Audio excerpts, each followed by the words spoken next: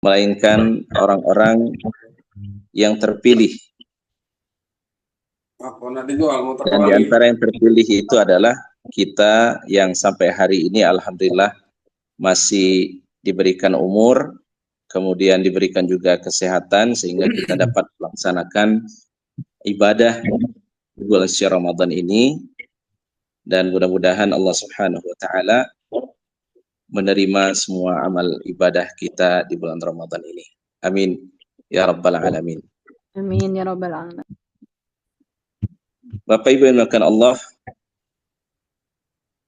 dalam kesempatan ini kita akan membahas atau materi kajian kita adalah Ramadan menjadi ibu yang bahagia dan ayah yang bijaksana.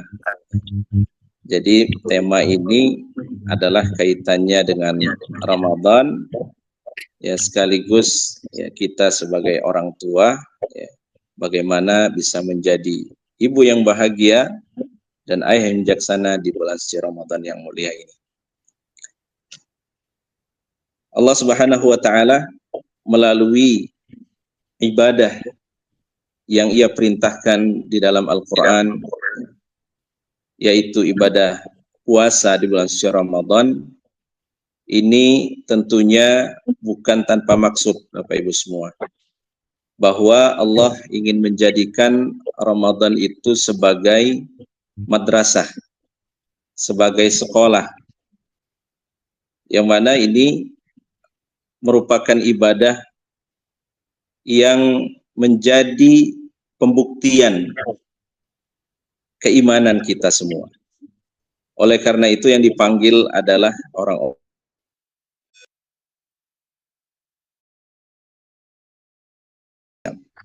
Allah memanggil orang-orang yang beriman.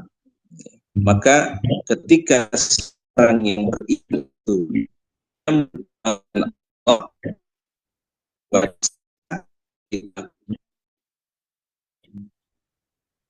nah, sekaligus juga ini adalah proses pendidikan ya, untuk meningkatkan kualitas iman itu sendiri.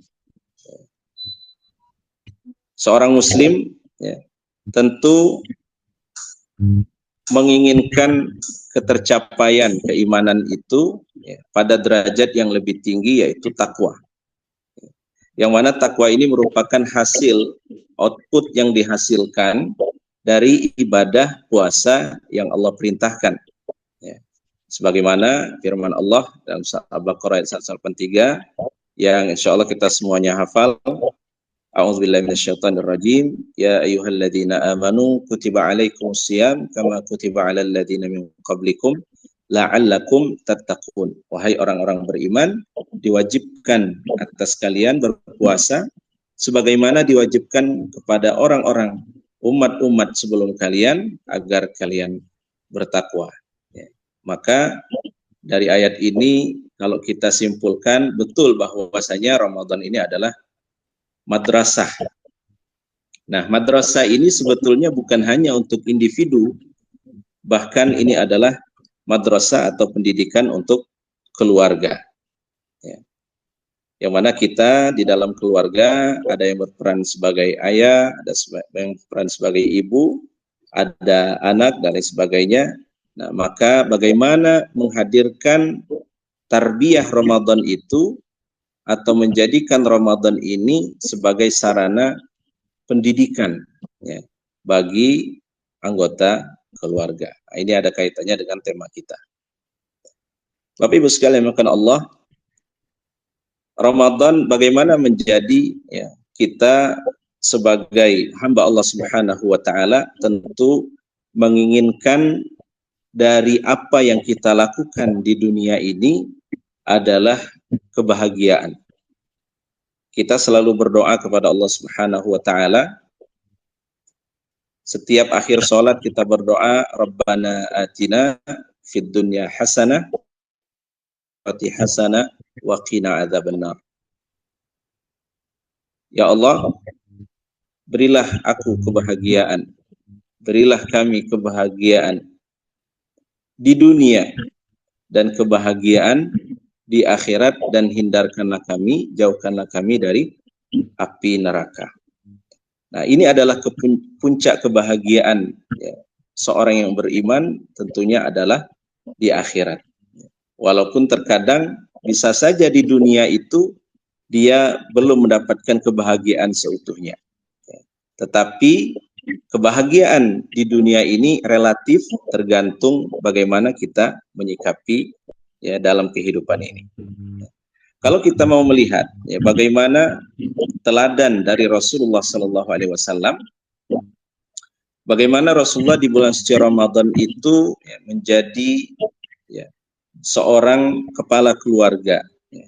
Dalam hal ini adalah seorang suami bagi istrinya, ayah bagi anaknya. Ya. Di sini ada hadis yang diriwayatkan oleh istri beliau, Ummul Mukminin Aisyah radhiyallahu anha. Kata Aisyah, kana yakunu fi mihnati ahlihi. Fa idza hadaratis shalah kharaja ila shalah. Beliau atau Rasulullah itu senantiasa membantu pekerjaan keluarganya. Artinya Rasulullah hadir ya di dalam keluarga itu ya hadir sebagai seorang suami dan sebagai seorang ayah. Dan jika datang waktu sholat, beliau keluar untuk sholat. Ya, artinya Rasulullah tidak hanya fokus kepada ibadah yang bersifat ya ibadah khassah seperti sholat, puasa dan sebagainya, tetapi Rasulullah juga beribadah sosial, memainkan perannya sebagai seorang ayah, sebagai seorang suami. Ya, maka ini ya artinya dalam bulan suci Ramadan ini ibadah kita itu jangan dibatasi dengan ibadah yang khusus seperti sholat, puasa, ya, tarawih dan lain sebagainya, tetapi termasuk ibadah ammah, ibadah yang sifat bentuknya itu lebih luas lagi, nah itu jangan sampai kita abaikan. Ya. Nah, ini adalah keteladanan dari Rasulullah Shallallahu Alaihi Wasallam. Selanjutnya, kemudian bagaimana menjadi ibu? Ini kaitannya dengan ibu. Ibu yang bahagia di bulan Ramadan.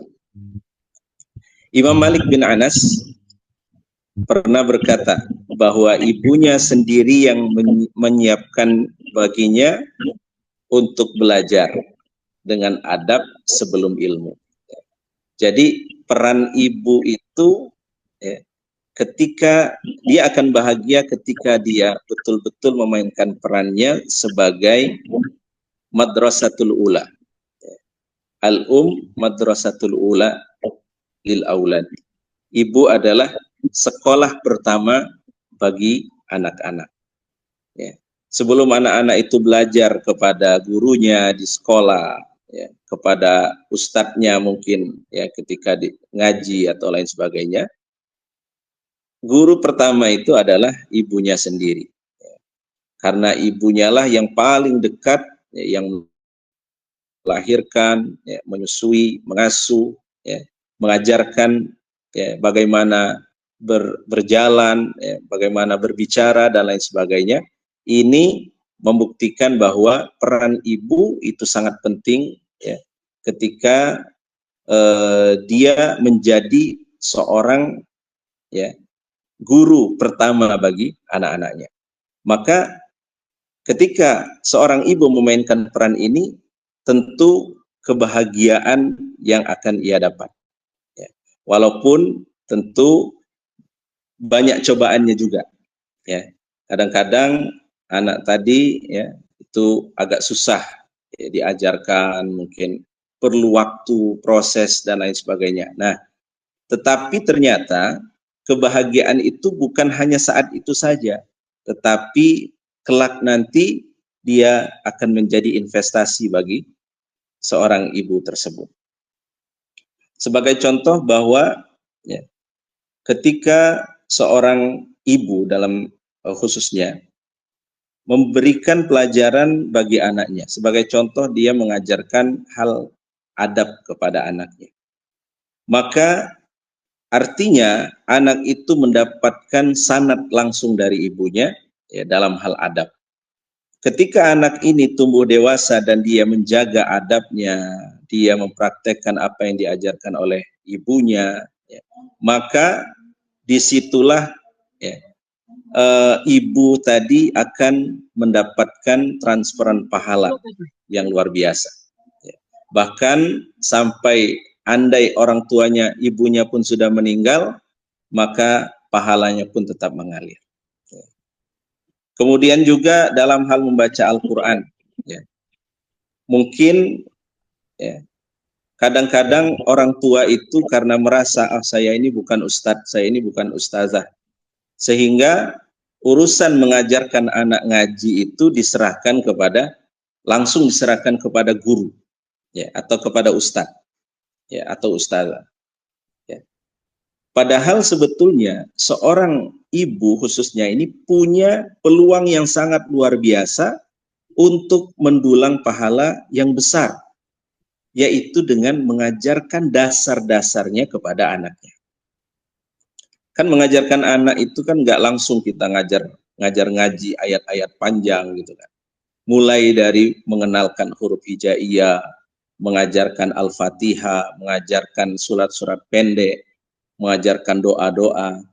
Maka ketika anak ini ya, mendapatkan pelajaran-pelajaran itu dari ibunya langsung, ya, maka sepanjang ayat itu anaknya baca, doa itu anaknya praktekkan, ya, maka sepanjang itu pula ya, pahala mengalir kepada sang ibu.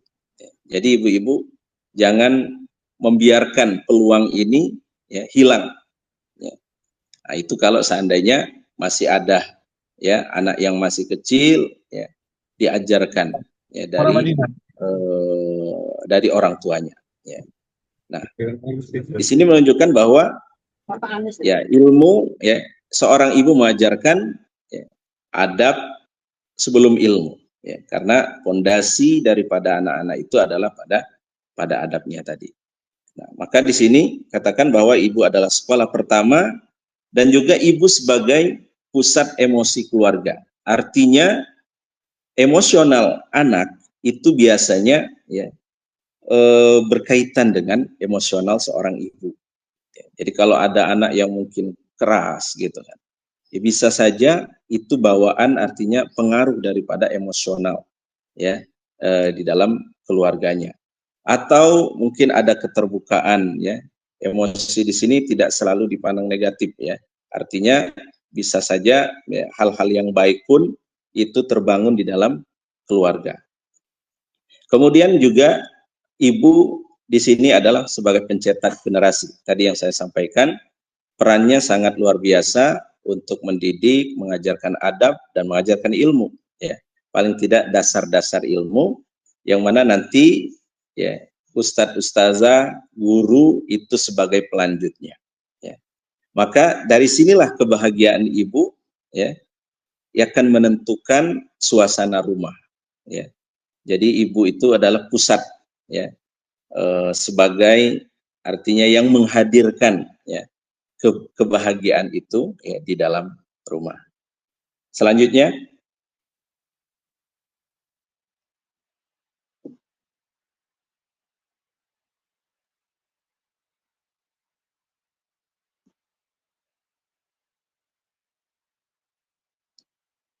baik. Rasulullah Shallallahu Alaihi Wasallam ya, sudah memberikan artinya keterangan bahwa seorang ibu itu memiliki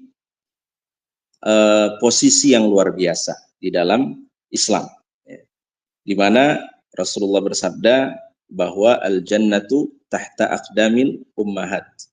Surga itu di bawah telapak kaki ibu. Dan ketika seorang sahabat bertanya kepada Rasulullah, ya Rasulullah, ya, barang siapa atau siapa yang lebih ya, berhak untuk mendapatkan baktiku? Ya. Kata Nabi, ibumu. Summaman, lalu siapa lagi ya Rasul? Ibumu. Summaman, lalu siapa lagi ya Rasul? Ibumu. Lalu kemudian Rasulullah baru mengatakan summa abu, kemudian ayahmu.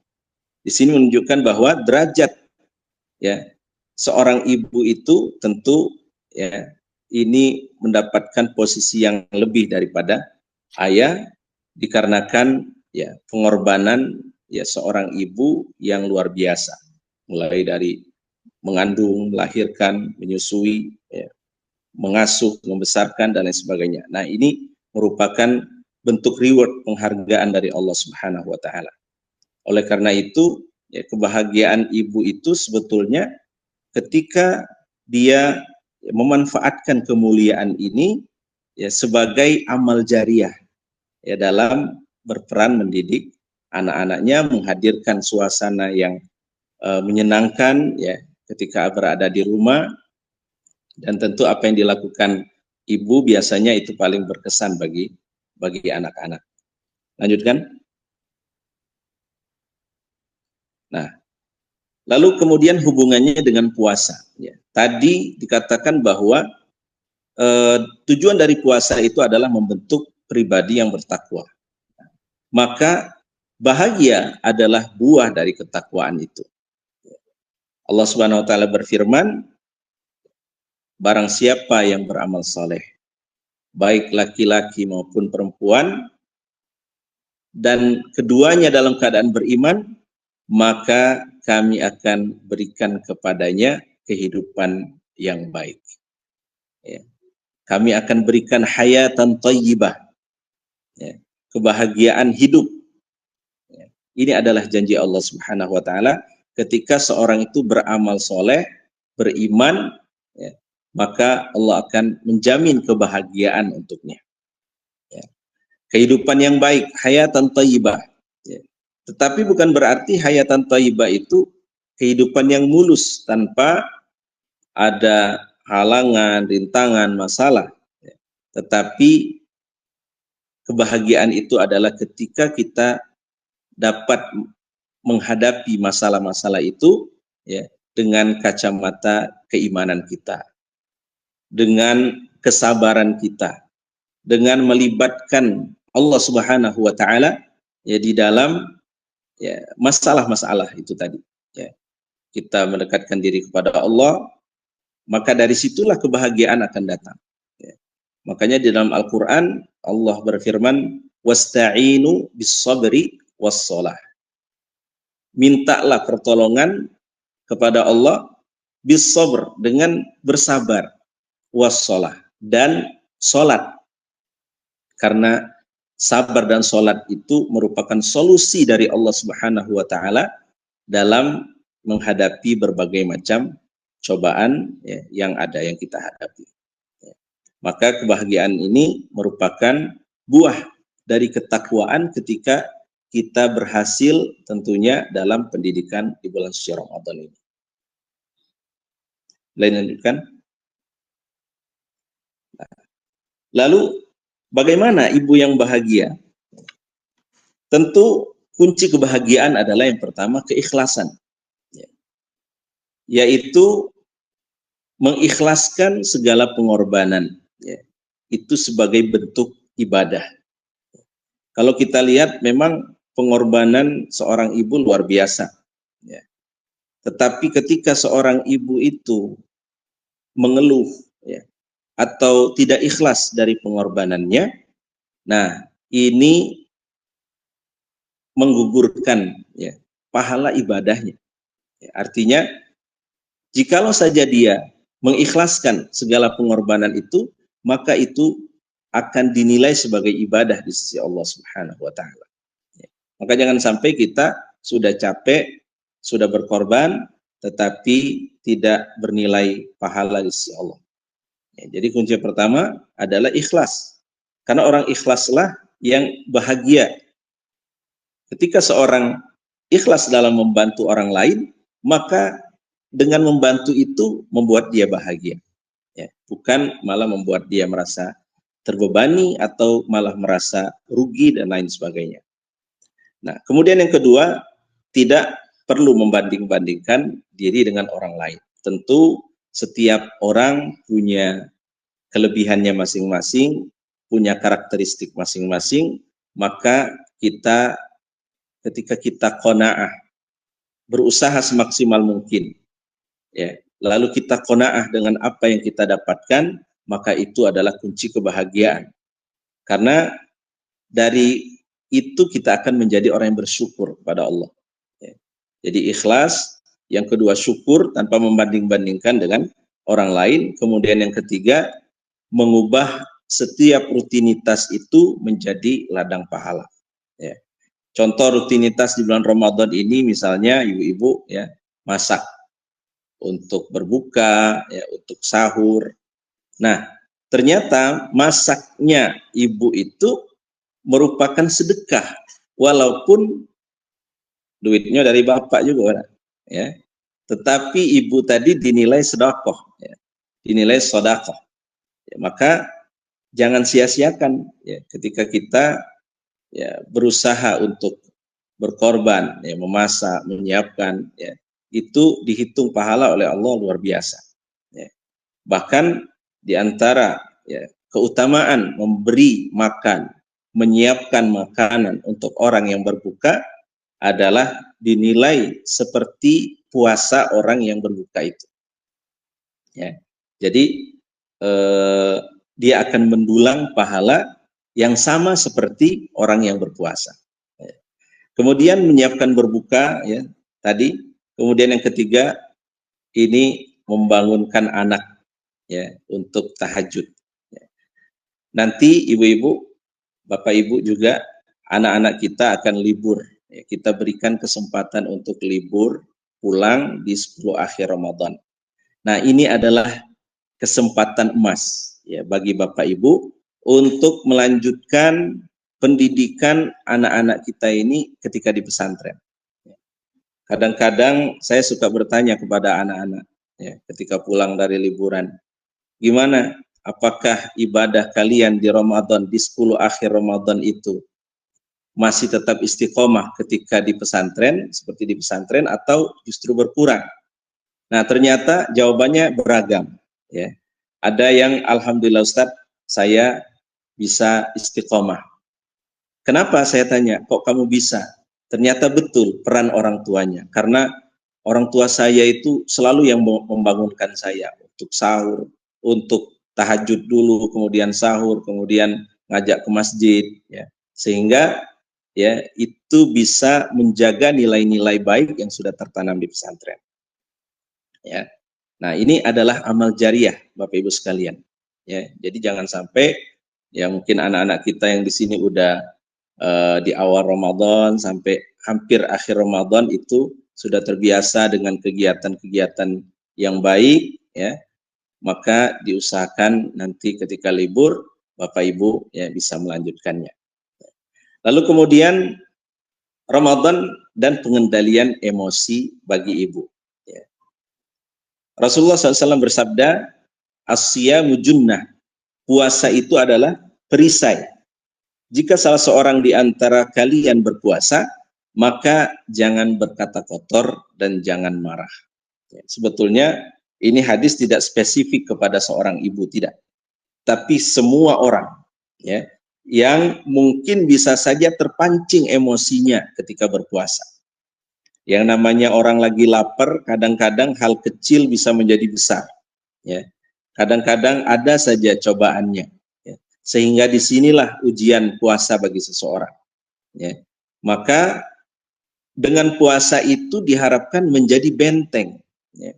Di mana dalam sebuah hadis yang lain, ya, bahwa ketika ada orang memancing emosi orang yang berpuasa, maka hendaklah orang berpuasa itu mengatakan kepada orang tersebut, inni sha'im, atau ana mru'un sha'im, aku sedang berpuasa. Ya. Maka disitulah perisai ya, puasa sebagai perisai untuk dalam kita mengendalikan emosi. Ya. Puasa bukan hanya menahan lapar, tetapi juga menahan emosi.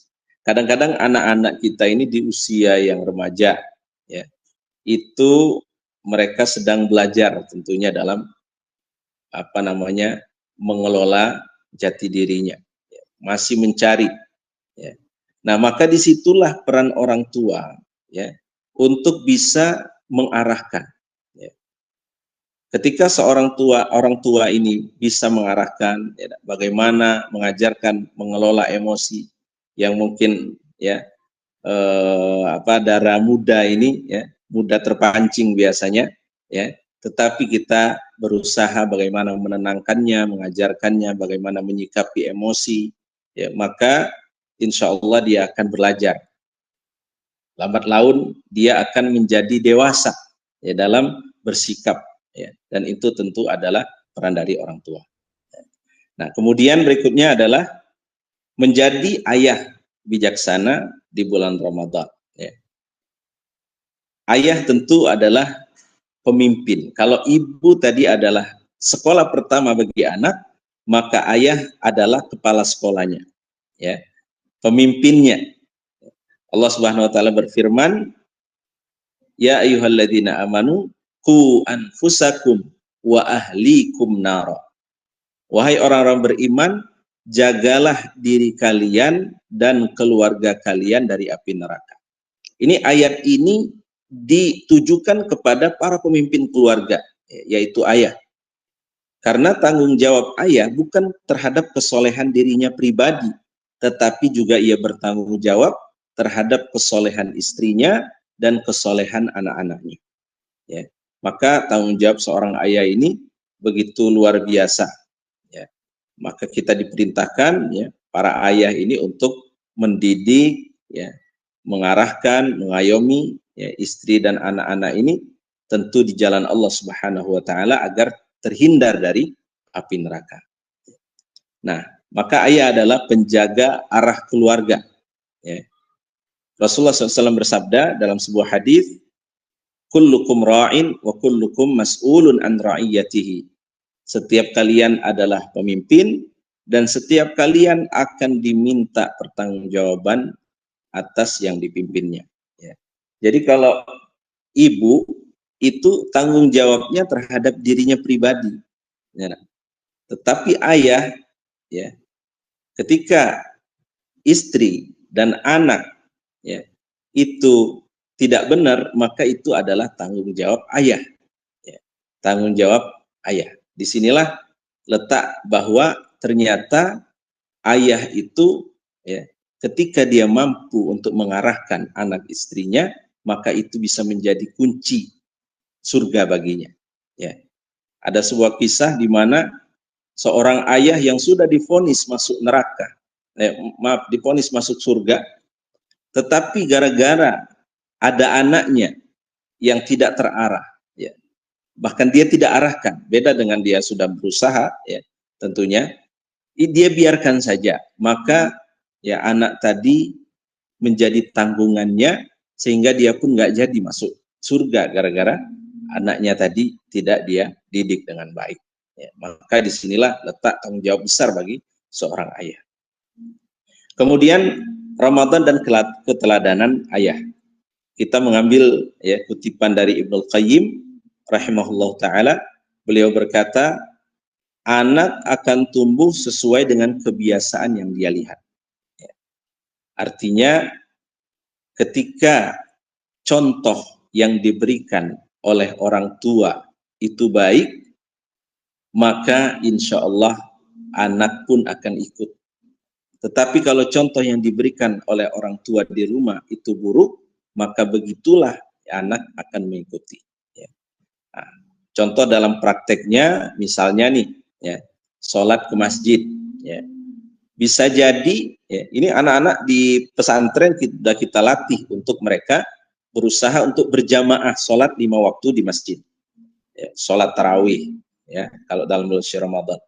Nah, nanti dia akan menemukan, ya, di rumahnya bagaimana ketika dia pulang. Ya. Ketika dia lihat, Masya Allah, orang tuanya ke masjid, maka insya Allah anak tadi akan ikut. Ya. Tapi kalau seandainya, ya, orang tuanya tidak ke masjid, ya, tentu tanpa alasan yang dibenarkan, ya, artinya seandainya sakit atau ada halangan yang lain, maka, ya, mendapatkan keringanan di situ. Tetapi ketika tidak beralasan tadi, maka kayaknya nggak apa-apa ya kalau saya nggak ke masjid. Maka ya anak tadi akan ikut. Membaca Al-Quran, anak-anak kita sudah dilatih di pesantren bagaimana memanfaatkan Ramadan ini untuk banyak membaca Al-Quran. Bahkan mereka memasang target. Ketika saya mengisi tarhib Ramadan, saya tanya nih anak-anak, berapa target kalian dalam membaca Quran? Macam-macam targetnya. Ada yang 2 kali khatam, 3 kali khatam selama Ramadan. Ya, minimal 1 kali khatam selama Ramadan. Ya. Tetapi kalau ini ya tidak dilanjutkan di rumah, ya suasana tadi tidak dibangun di rumah, nah ini akan menyebabkan anak tadi merasa lemah semangatnya. Karena lingkungan itu sangat berpengaruh. Mungkin dia di sini rajin karena melihat lingkungannya, teman-temannya rajin dan memang dikondisikan di pesantren itu untuk anak-anak bisa beribadah, ya. Kemudian ada halaqah Al-Qur'an sehingga anak-anak tadi bisa istiqomah. Nah, ujiannya nanti ketika mereka pulang ke rumah. Nah, disinilah Bapak Ibu mengambil peran itu. Kemudian menjaga lisan. Mohon maaf, mungkin ada orang tua yang ngomongnya kasar. Ada orang tua yang mungkin terlepas keluar dari mulutnya kata-kata kotor, ya. Maka disitulah ya anak tadi akan terbawa ya, dengan apa yang dia dengar. Ya. Maka dari itu ibu-ibu pun kalau seandainya marah, ya, diharapkan jangan sampai mengeluarkan kata-kata kotor. Keluarkanlah doa-doa. Ya. Sebagaimana ya kita kenal ya, Imam Masjidil Haram Syekh Sudes itu anak-anak waktu masih kecil tuh kategori yang aktif ya. Artinya dia hobi bermain ya, kadang-kadang agak usil juga gitu kan. Nah, ketika saat itu ibunya sedang masak, menyiapkan makanan ya untuk tamu-tamunya, sudah matang, sudah dihidangkan, lalu As-Sudes kecil ini mengambil pasir dan ditaburinya lah pasir di makanan yang sudah disiapkan oleh ibunya. Ibunya marah luar biasa. Tapi kata-kata yang keluar dari ibunya apa? Ya, wahai calon imam Masjidil Haram katanya. Ya, nah dia marah tapi dengan kata-kata yang baik dan ternyata alhamdulillah ya beliau pun sampai saat ini adalah seorang imam Masjidil Haram. Ya, jadi kita jangan sampai mengeluarkan kata-kata kotor ya ketika kita marah sekalipun, apalagi di Ramadan ini kita dididik, dilatih untuk mengendalikan hawa nafsu, mengendalikan lisan dan emosi kita. Nah, baik, lanjut. Ya, ini mungkin terakhir ya, yaitu Ramadan dan keteladanan ayah. Ya. Rasulullah SAW bersabda, "Idza mata ibnu Adam inqata'a 'amaluhu illa min thalath, shadaqatin jariyatin aw 'ilmin yuntafa'u bihi aw waladin shalih yad'u lah." Ketika anak Adam atau manusia itu meninggal, maka putuslah semua amalnya kecuali 3. Yang pertama sedekah jariyah, yang kedua ilmu yang bermanfaat, dan yang ketiga adalah anak yang soleh. Maka anak adalah investasi bagi Bapak Ibu semua, dan saya yakin Bapak Ibu yang menitipkan anaknya di pesantren ini adalah orang-orang yang tentu sadar akan hal ini, bahwa anak tadi adalah sebuah investasi akhirat. Ya. Mungkin kita dengan amal kita yang terbatas ini tidak mampu menyampaikan kita ke surga, tetapi dengan adanya investasi anak yang soleh, yang menghafal Quran, yang berakhlakul karimah, mudah-mudahan dengan itu anaklah yang nanti akan menuntun kita untuk menuju ke surganya Allah Subhanahu wa ta'ala. Oleh karena itu jangan sampai kita sia-siakan ya keberadaan anak-anak yang dikaruniai oleh Allah Subhanahu wa taala ya. Dan anak-anak tentu dalam usianya yang sekarang tentu masih banyak kekurangan, disitulah ya peran orang tua, guru untuk sama-sama ya mendidik mereka, terlebih di bulan suci Ramadan ini ya. Kita Ramadan ini tidak kita liburkan full. Kenapa? Karena kita menganggap Ramadan ini adalah pendidikan yang sesungguhnya. Ya, Nah, maka dengan kita berusaha mendidik anak kita dengan baik, mudah-mudahan itu akan menjadi kenangan yang tak terlupakan bagi anak-anak kita. Dia akan teringat, ya, kenangan sampai hari tuanya dia ingat, ya, keteladanan ibunya, ya, keteladanan dan kebijaksanaan ayahnya, dan tentu dia akan kangen, ya, suasana rumah, ya. Karena anak-anak sekarang, mohon maaf, zamannya beda. Mungkin dulu, ya, pergaulannya terbatas, ya, tapi banyak sekarang mulai muncul, ya, pengaruh-pengaruh luar yang kadang-kadang membuat anak tadi tidak betah di rumah. Anak tadi tidak rindu kepada orang tuanya, tapi justru rindu kepada lingkungan yang lain, ya. Rindu kepada teman-temannya, baik di dunia nyata maupun dunia maya. Ya. Nah, maka ini adalah tantangan tersendiri, ya, bagaimana kita menghadirkan peran kita, ya, sehingga anak-anak kita tadi bisa, ya, menjadi, ya, pribadi-pribadi yang baik, pribadi yang kita harapkan tentunya bisa mengantarkan kita menuju surganya Allah Subhanahu wa taala insyaallah. Amin ya rabbal alamin. Baik, mungkin itu materi yang bisa saya sampaikan Bapak Ibu sekalian, dimakan Allah. Terima kasih, dan silakan mungkin ada waktu kalau ada hal yang mau ditanyakan. Saya akhiri, billahi taufiq wal hidayah. Wassalamualaikum warahmatullahi wabarakatuh. Waalaikumsalam warahmatullahi wabarakatuh.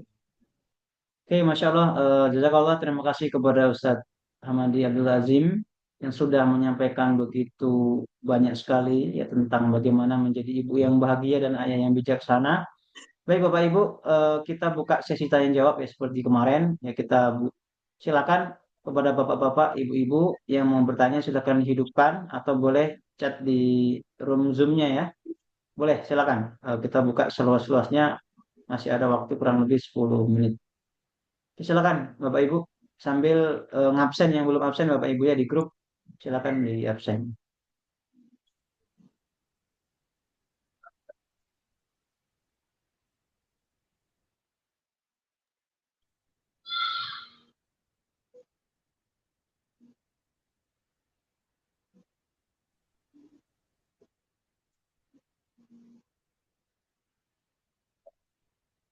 Oke, itu ada walinya Meiza. Boleh Bu, dihidupkan ininya, suaranya, apa yang ditanyakan. Assalamualaikum Boleh. warahmatullahi wabarakatuh. Waalaikumsalam. Terima kasih Ustadz atas kesempatannya. Izin bertanya Ustadz Ahmad Abdullah. Ustadz, apa boleh orang tua mengetahui privasi anak-anak, umpamanya buka media sosialnya, buka WA-nya atau apa-apa. Apa boleh orang tua sampai sejauh itu untuk mengetahui privasi dari anak-anak? Itu saja Ustadz. Terima kasih. Wassalamualaikum warahmatullahi wabarakatuh. Waalaikumsalam warahmatullahi wabarakatuh. Oke, mungkin boleh langsung jawab Ustadz Ahmadi. Silakan. Baik, ya. Ini pertanyaannya sangat teknis ini. Ya, bagaimana, apakah seorang orang tua, ya, ibu dalam hal ini atau ayah, ya, boleh mengetahui, ya, privasi anak. Ya. Ya, tentu di dalam Islam, ya, bahwa anak adalah milik bagi orang tua. Ya. Bahkan dalam hukum Islam pun, seandainya, ya, seorang anak, ya, meninggal, ya, lantaran disebabkan oleh orang tuanya, mungkin karena suatu lain hal, maka ayahnya tidak dikisos, ayahnya tidak dibunuh di dalam hukum Islam. Kenapa? Karena anak itu adalah milik bagi orang tuanya. Nah, sebagaimana, ya, milik, ya, artinya kita memiliki hak, ya, dalam hal ini, ya. Artinya kita boleh, ya, tetapi tentu karena ini adalah manusia, ya, beda seperti barang. Ya. Kalau barang, ya, kita punya HP, punya laptop, ya, kita berhak untuk ngapain, ya, terhadap barang yang kita miliki. Tapi kalau anak ini karena ini adalah pribadi manusia, maka tentu punya cara tersendiri, ya. Tetapi yang paling penting Bapak Ibu tanamkan adalah bagaimana menanamkan mereka itu muraqabatullah, ya. Bagaimana menanamkan rasa mereka itu senantiasa diawasi oleh Allah Subhanahu wa taala. Artinya jangan sampai, ya, kita yang bertindak mungkin ya pengen tahu dengan isi HP anak, ya, kelakuan anak dan lain sebagainya. Nah, jangan sampai ini seolah dia akan takut hanya dari pengawasan orang tuanya saja, ya. Nah, itu dampak yang bisa ditimbulkan kalau orang tua tidak pandai-pandai dalam tadi, ya, artinya pengen tahu privasi tadi, ya, terlalu artinya to the point mungkin kan, ya, tanpa ada muqaddimah atau dijelaskan terlebih dahulu. Nah, maka sebaiknya perlu bertahap, ya. Misalnya, ya, kita nasihati dulu, ya, kita nasihati, ya, bahwa ya apa yang kita lakukan ini, ya, tentu Allah tidak tidur, ya, Allah senantiasa mengawasi, ya, mungkin ayah ibu nggak ada tetapi Allah ada, ya. Maka ketika itu tertanam pada anak, hatta kita nggak lihat pun dia akan merasa bersalah sendiri, ya. Dia akan merasa bahwa dia berdosa, dia bersalah, ya, padahal kita tidak tahu bahkan, ya. Tetapi kalau kita terlalu over, ya, dalam hal ini juga bisa menimbulkan efek negatif tadi. Ketika kita ada, dia berusaha baik, tapi ketika tidak ada, ya, dia bisa melakukan apa yang dia mau, ya. Maka yang terpenting adalah bagaimana menanamkan hal itu. Ya, jadi diberikan nasihat, arahan. Kalau nggak mempan dengan nasihat kita sebagai orang tua, minta kepada siapa yang ia dengar. Ya, bisa mungkin dari kakaknya, atau dari ayunya, atau dari pamannya, dan lain sebagainya. Ini bisa juga membantu, ya. Nah, lalu sampai kepada tahapan tadi, boleh kita sekali-sekali kita perhatikan. Ya, biasanya anak-anak itu, Bapak Ibu, dari gerak-geriknya kita bisa tahu, ini kayaknya dia menyembunyikan sesuatu. Ya. Biasanya kelihatan tuh, kalau dia udah mulai misalnya HP-nya disimpan-simpan gitu kan. Nah, maka ya artinya kita ajak ngobrol terlebih dahulu, ya. Kita pahamkan terlebih dahulu. Nanti dia akan berpikir, apalagi mungkin anak-anak yang usianya ya sudah SMA, ya, sudah kuliah. Ini tentu yang perlu kita bangun adalah komunikasi yang baik, ya, daripada tindakan atau yang terlalu represif, ya, ambil HP-nya lalu dibuka di ini, ya. Tetapi penanaman karakter, ya, pengawasan dari Allah Subhanahu wa taala itu harus terus ditanamkan, ya. Jadi kalau ditanya boleh nggak Ustadz? Ya boleh, tapi tentu dengan cara yang bertahap, ya, dan dengan cara yang elegan, ya, sehingga tidak menimbulkan dampak negatif yang tadi saya sebutkan. Ya mungkin gitu, Ibu-ibu. Terima kasih, Ustaz. Oke, terima kasih Bu, ya. Jawabannya sangat luar biasa dari Ustaz Ahmadi. Ini ada lagi Ustaz di chat, bagaimana kita menjaga anak-anak supaya tidak salah dalam melangkah, apalagi dalam pengaruh buruk media sosial yang semakin masif. Itu mungkin boleh ditanggapi Ustaz Ahmadi.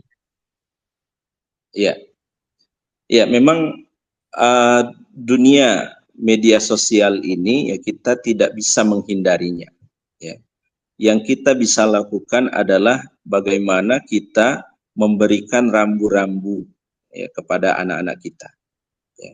Memang di pesantren itu tidak dibolehkan, ya, memakai gadget, ya, karena memang pesantren ini dikondisikan agar anak-anak satu fokus.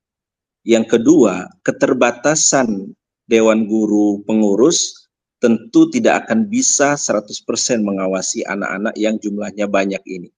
Itu makanya di pesantren dilarang. Andai saja di pesantren itu seperti di rumah, ya, yang mungkin satu ayah ibu bisa punya hanya 5 anak mungkin, atau hanya 3 anak, ya, bisa saja diperbolehkan, ya. untuk kita mengajarkan bagaimana cara penggunaan media ini dengan baik, ya, dengan benar, dan manfaat-manfaat yang luar biasa dari media-media ini sebetulnya. Tetapi karena keterbatasan itulah yang membuat di pesantren dilarang, karena mudaratnya yang ditimbulkan ketika kita lalai atau tidak terawasi dengan baik ini akan menimbulkan dampak yang lebih besar. Adapun di rumah, Bapak Ibu sekalian, bukan Allah,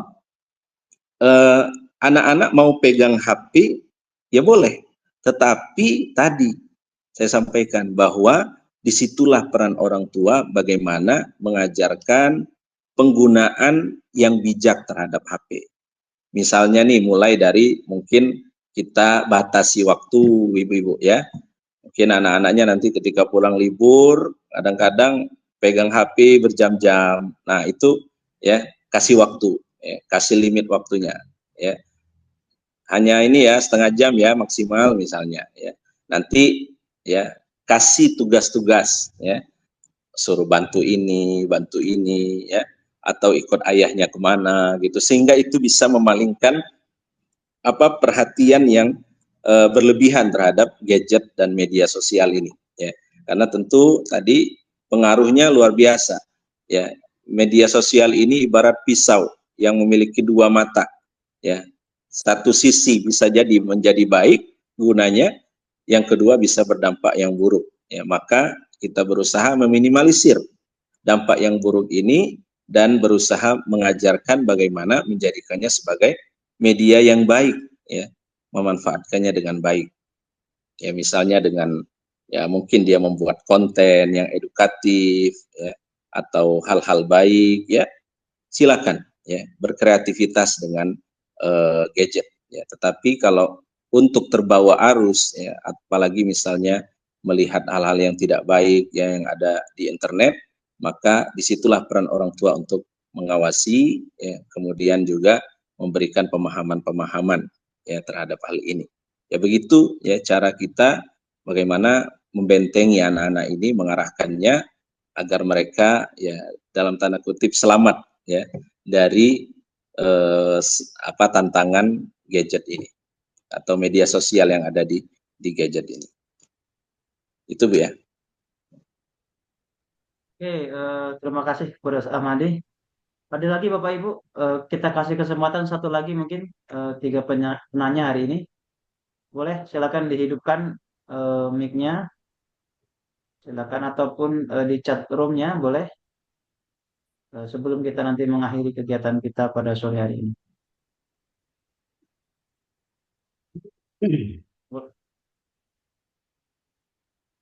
Silakan bapak-bapaknya mungkin ada Pak, boleh. Ini calon-calon anak-anaknya, calon-calon anak hebat semua ini Pak, Insya Allah. Jadi kalaupun ada yang bingung, boleh ditanyakan Bapak Ibu ya. Insya Allah materinya menarik pada hari ini.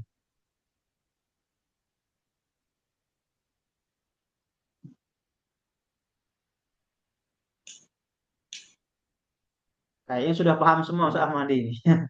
Di para wali santri hampir sudah paham semua. Ada Bapak Ibu? Nah, kalau tidak ada nggak apa-apa, kita cukupkan ya untuk pertemuan kita pada hari ini.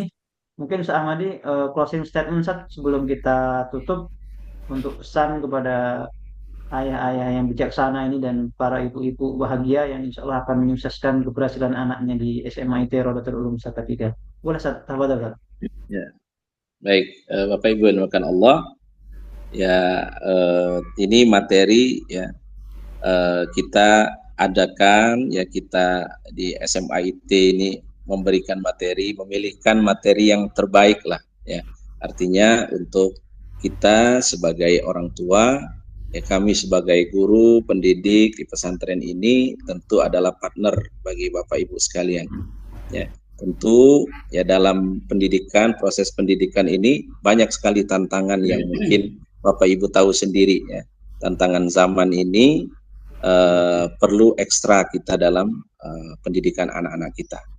Tapi disitulah investasi kita ya, walaupun ini secara biologis ini adalah anak Bapak Ibu ya, tetapi secara ideologis ini adalah juga anak-anak kami yang kami harapkan juga adalah kesuksesan mereka dunia dan akhirat.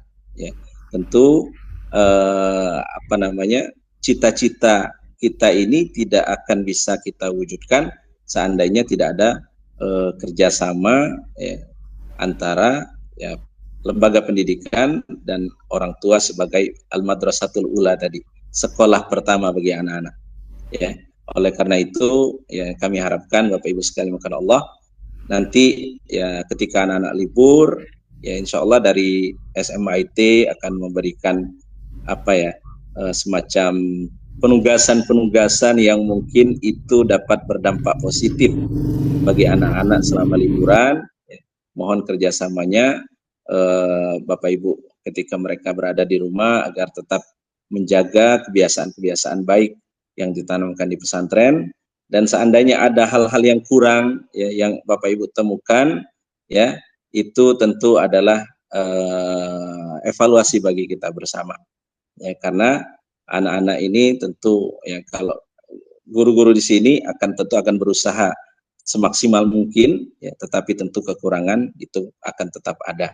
Oleh karena itu ya mudah-mudahan kerjasama ini dapat bersama-sama kita menghantarkan anak-anak kita ya kepada kesuksesan bersama insya Allah. Amin ya rabbal alamin. Mudah-mudahan dengan kajian ini dapat sebagai wadah silaturahim antara kita sebagai penguat ya komitmen kita bersama, dan mudah-mudahan Allah Subhanahu wa taala memberkahi persaudaraan kita ini karena Allah. Amin ya rabbal alamin. Demikian bisa kami sampaikan Bapak Ibu. Sampai jumpa nanti di lain kesempatan ya, baik secara online maupun offline dengan kami semuanya. Terima kasih. Mohon maaf atas segala kekurangan kesalahan. Billahi taufiq wal hidayah. Assalamualaikum warahmatullahi wabarakatuh. Waalaikumsalam warahmatullahi wabarakatuh. Terima kasih kepada Ustadz Ahmadi sudah memberikan closing statement. Jadi intinya Bapak Ibu, mari kita sama-sama mengawal ya anak-anak kita nanti ketika libur di rumah untuk tetap bisa menjalankan aktivitas di rumah ini dengan baik dan dengan maksimal ya. Baik Bapak Ibu, kita izin foto terlebih dahulu di sesi pertama ini. Mohon yang bisa on cam, dihidupkan kameranya, kita akan foto sebagai bentuk publikasi kita pada hari ini. Oke, izin untuk yang halaman pertama ya saya ambil foto. Baik, 1, 2, 3. Oke, selanjutnya halaman 2. Oke, 1, 2, 3. Terakhir halaman 3. 1, 2, 3. Di depan nggak gitu kali. Oke Bapak Ibu, terima kasih untuk kegiatan kita pada hari ini. Insya Allah kita masih ada satu sesi lagi terakhir ya. Nanti di tanggal 8 itu bersama Ustadz Ki Agus Abdul Gamal ya. Insya Allah materinya juga tidak kalah menariknya. Jadi terima kasih kepada Bapak Ibu yang sudah berpartisipasi meninggalkan pekerjaannya, bahkan ya sambil ada yang mungkin bekerja, ya ada yang masak dan sebagainya, tidak masalah. Yang penting apa yang menjadi esensi pada kegiatan kita hari ini bisa terrealisasi dan bermanfaat untuk kita semua. Baik, mari sama-sama kita tutup dengan lafaz hamdalah. Alhamdulillahirrahmanirrahim. Kita sempurnakan dengan doa tutup majelis. Subhanakallahumma wa bihamdika asyhadu an la ilaha illa anta astaghfiruka wa atubu ilaik. Oke, terima kasih Ustaz Ahmadi dan Bapak Ibu sekalian. Itu saja dari saya. Saya akhiri. Wabillahi taufiq wal hidayah warido wal inayah. Wassalamualaikum warahmatullahi wabarakatuh. Waalaikumsalam warahmatullahi wabarakatuh. Ustaz Ahmadi. Ya Ustaz, jazakumullah khair. Terima Terima kasih Bapak Ibu. Bapak Ibu. Ya, assalamualaikum.